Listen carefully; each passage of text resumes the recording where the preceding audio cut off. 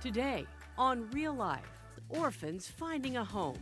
Pastor John Smith of Orphans Tree shows how Cornerstone is caring in Russia. That's today on Real Life.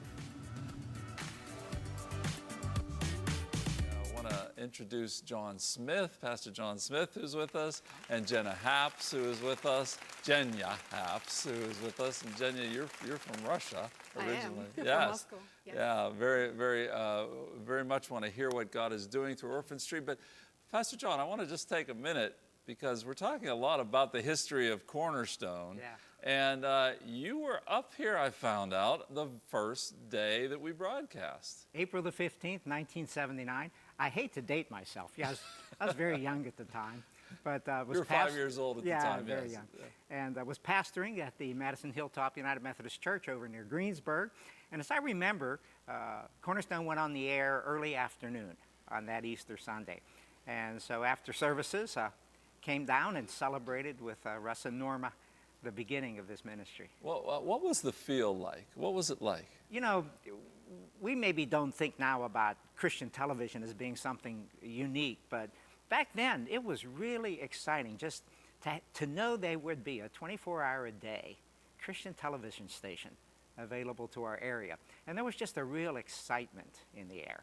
Yeah. I've seen the first show. I always say I grew up in West Mifflin, and the first call came from West Mifflin. So just when they ask where are the calls coming from, they said West Mifflin. So I always enjoyed that. But tell us about Orphans Tree again, Pastor John, if you would. Just what is the ministry of Orphans Tree? Well, first of all, we minister with older orphans in Russia. When most people hear orphan, they think infant. Right. But the most critical, even dangerous day in the life of an orphan is the day they leave the orphanage. They go from being cared for in an institution to total independent living, and they're just not prepared for it. Russian orphanage graduates have a suicide rate of about 10%. Wow. Many of them end up in prison or prostitution, poverty. And so our call has been to meet them at that point in their life and to offer them life skills training and an invitation into the family of God. Because they go into the world without the benefit of family or faith. And we believe that God has called us to offer that to them. Amen. And Jenya, what was your involvement? How did you get involved with Orphans Tree? Well, I grew up in Russia, and in 1991, George Steiner, who is the president of Orphans Tree, came for his first time to Russia delivering the Bibles, and I met him at the time, and together we went to orphanages, and we saw great needs, and George Steiner had this vision of starting a ministry that would actually provide hope, healing, and family to those children and young people who never knew the caring love of their own biological parents. So I shared with his vision, and since then have been part of this wonderful ministry that has changed my life tremendously. And what have you seen? What have you seen among the young people that you work with? What kind of response do you get? You know, the most amazing thing is to see how much very little can do. And when I say very little, I mean just even sharing your heart with the kids, spending several days when, for example, Americans travel to Russia with us, being a role model, being an example. It seems like it's a small thing, but it brings tremendous changes and tremendous impact on the kids' lives. So just, it seems to me that what I've seen, and I'm sure you guys have seen this, is when someone doesn't have love at all, just that little bit of input into their life, it's revolutionary. It's revolutionary in opening them up into, and they haven't had the care that most of us grew up with and the love that most of us grew up with. They've just been sort of institutionalized. So it opens a whole new world for them. Absolutely, and what is very, very blessing to my heart is to see how a role model, an example, can change the trajectory of these young people's lives. For instance, when American volunteers traveled to Russia and they participated in a volunteer project, and Russian kids came along and they saw them in action, then Russian kids started doing the same thing. And today we have like a whole generation of young people who get together to help people in senior homes. They even make like benches and gazebos for elderly people.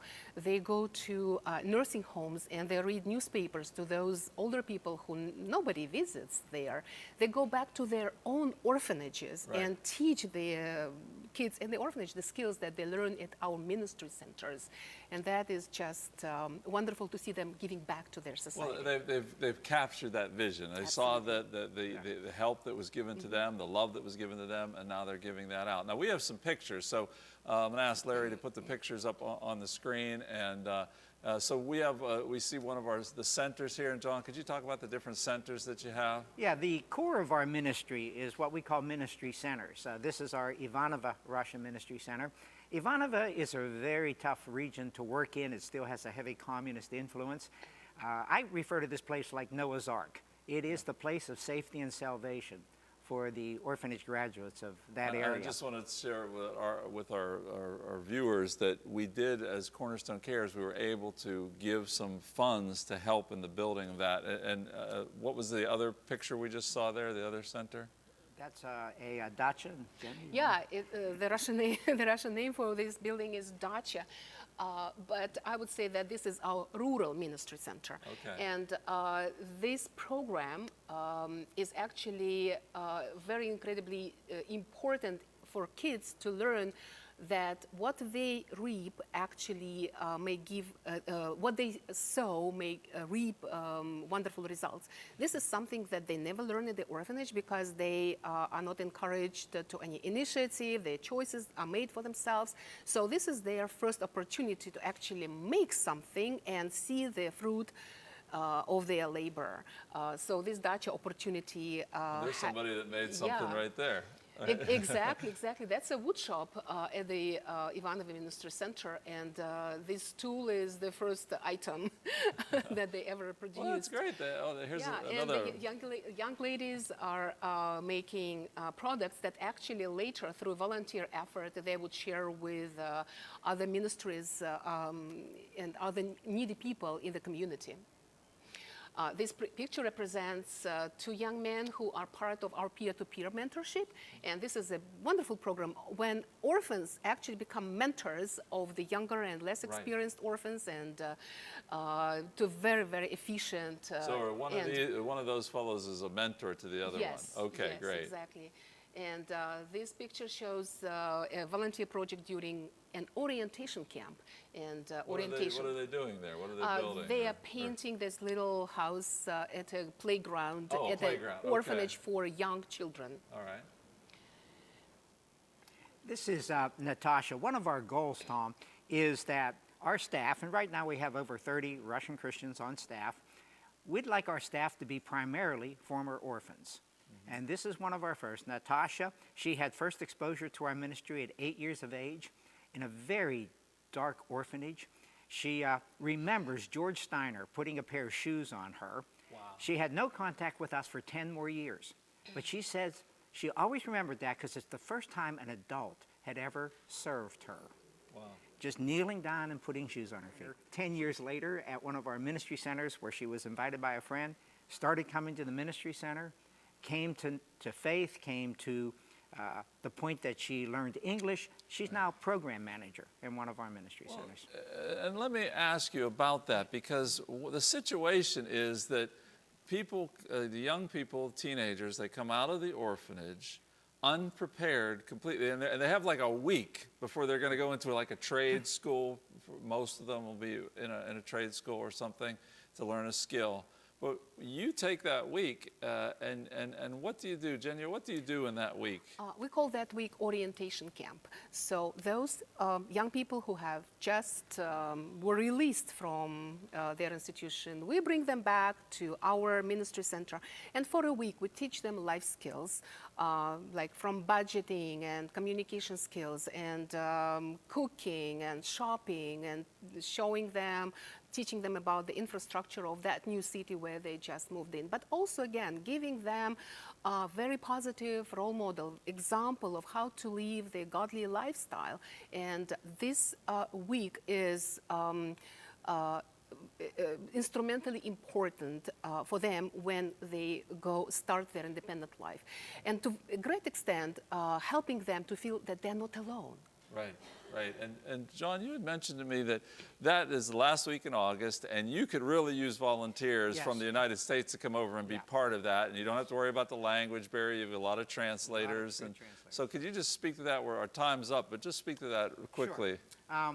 This is a very critical time. They're just leaving the orphanage. It's a hard time to get American volunteers. The last week in August, first few days in September, people in college are back in school, parents whose kids are going to school, hard for them to get away. But if anyone's available to come with us, that's a very critical program. The life skill you need is you know how to live, and you know how to love. And if you can love with the love of Jesus, we can sure use you and share with us in this ministry. Jenya and Pastor John, so good to have you. So good that we can partner still with Orphan Street. Privilege to be here. Thank you very much. And we want to thank Cornerstone for your support. For 25 years, Tom. Thank you. You know what? We're sitting right here in little old Wall, PA, and we're touching lives in Siberia. You know, Exactly. I All love the way that. around the world. Yeah.